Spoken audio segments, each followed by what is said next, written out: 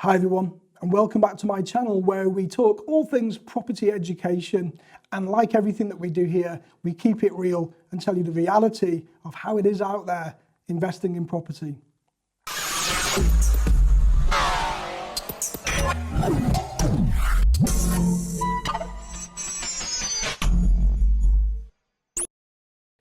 So on this workshop, I wanted to share with you my 5 top investing tips to teach you how you can start investing in property today.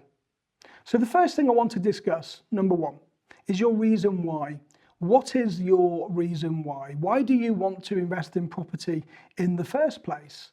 It might mean that you might be looking to earn more income, or you might hate your boss, or you might just want to spend more time with your family.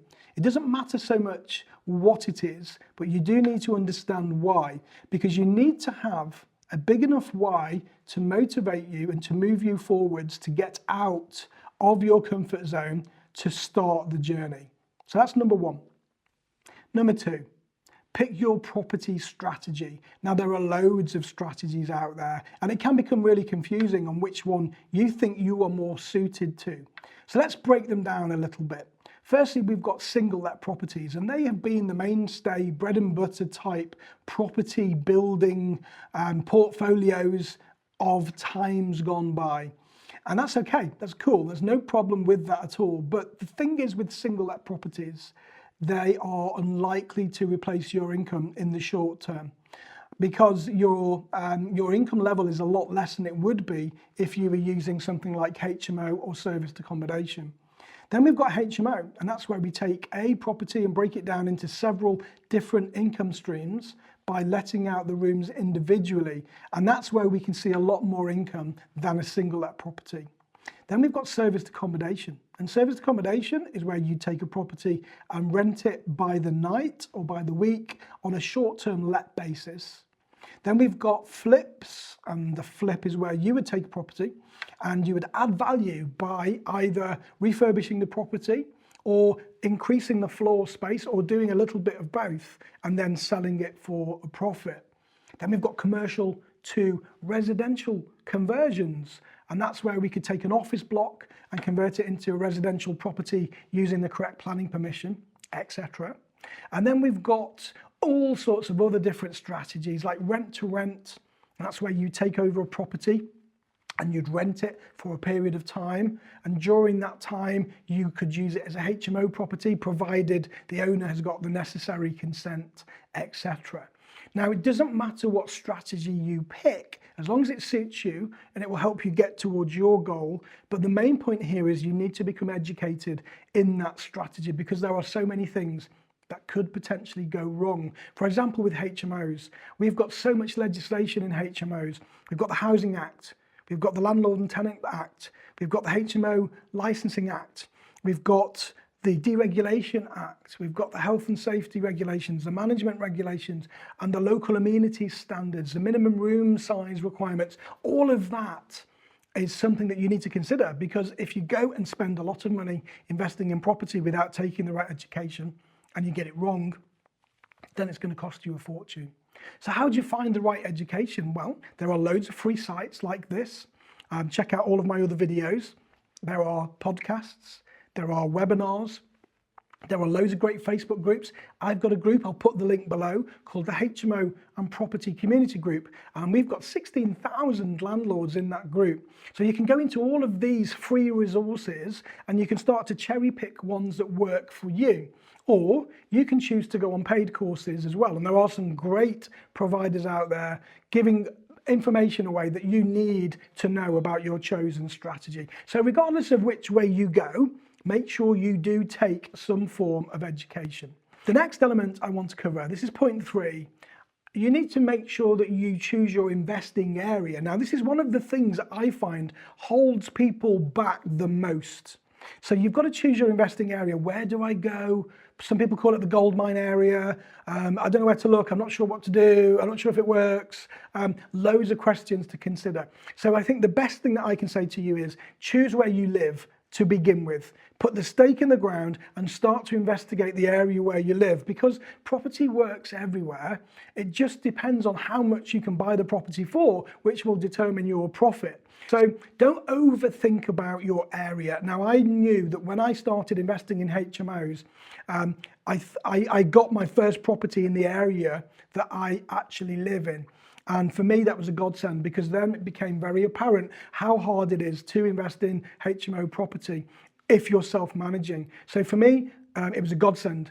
And I don't have any property now that we manage as a group that is any more than an hour away from where we are based and from where we live personally. So I would say pick where you live and then move from that point onwards. Don't overthink it, don't over procrastinate. Property works everywhere. It will work in central London as much as it will work in the middle of Glasgow and everywhere in between, depending on how you source the deal, okay? So choose your investing area and try and make that as close to home as possible. Okay, number 4. So you need to set a goal. So if you're looking to replace your income, and for example, your income is £2,000 a month, then every property brings in, for example, £500 a month net profit, then we know we only need 4 properties to get to that goal. And that's really achievable. So first of all, set your time scale. How long, over what period of time do you anticipate getting to that point? So let's just say, for example, 12 months. So we need 4 houses in the next 12 months. Now that's quite an achievable goal. So what we need to do now is break that down house by house. So we're going to concentrate on one house at a time, and we're going to set our targets and our objectives in order to be able to achieve that one house goal.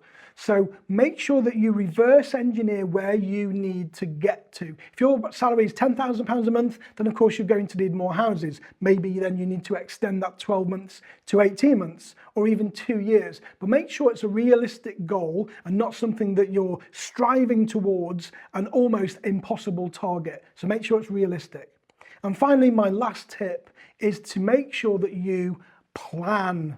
Now, you've got to make sure you plan. So if you're investing in property 1 day a week, and that day is Wednesday between 12 and 5, for example, and Wednesday comes around and you sit down at your desk and you think, what do I do?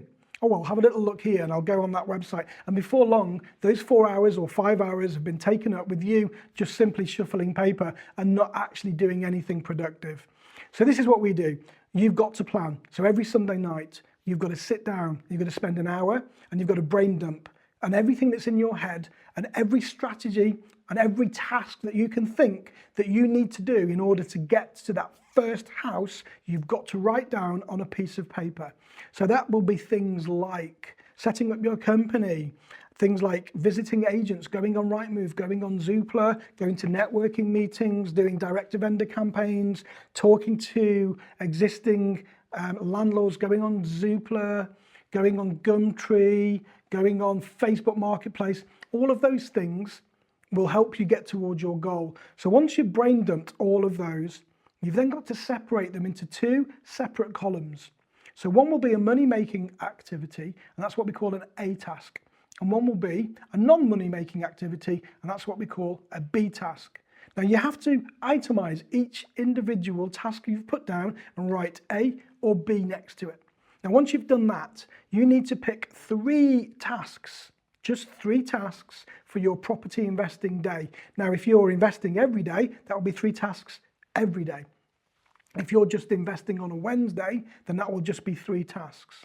Now, out of those 3 tasks, 2 need to be money-making activities. So 2 need to be A tasks, and 1 needs to be a B task.